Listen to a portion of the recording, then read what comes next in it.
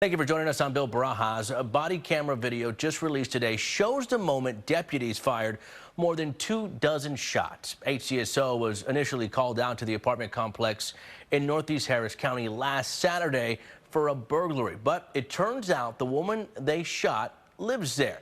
KPRC-2's Gage Goulding has been covering the story since it broke last weekend. Gage?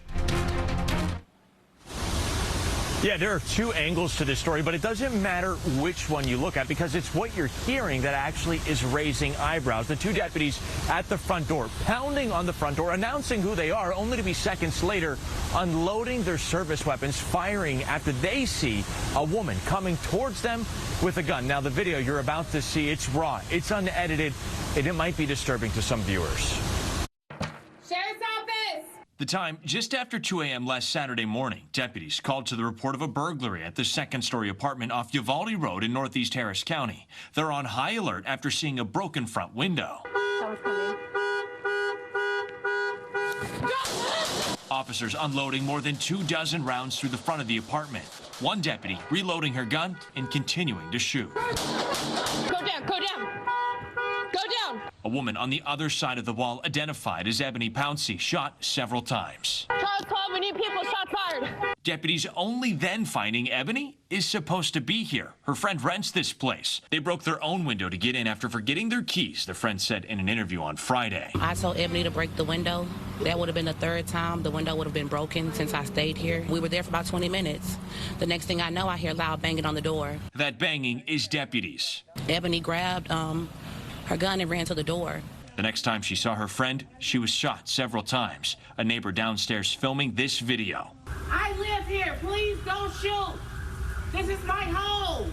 That same neighbor initially calling 911 to report a burglary after hearing his neighbor break her own window. The only crime that was committed that day was done by the police. It was unjust, it was inhumane, and it was not okay. Those two deputies that you see in the video there, they are still on paid administrative leave. That's totally normal for any officer-involved shooting. And, Bill, the HCSO, they tell me that this investigation on their end, it's still ongoing. All right, Gage, we know the investigation is ongoing. What happens once the investigation is complete? And will the deputies be back on patrol responding to calls then? So once that investigation wraps up, the findings will then go before the HCSO disciplinary committee. That's whenever the disciplinary committee, those members will decide if the deputies, did they act as they were trained, or will they face disciplinary action? Only then will we find those answers, Bill. And we know HCSO is investigating the shooting, but is anyone else looking into this? And how's the victim that was shot holding up?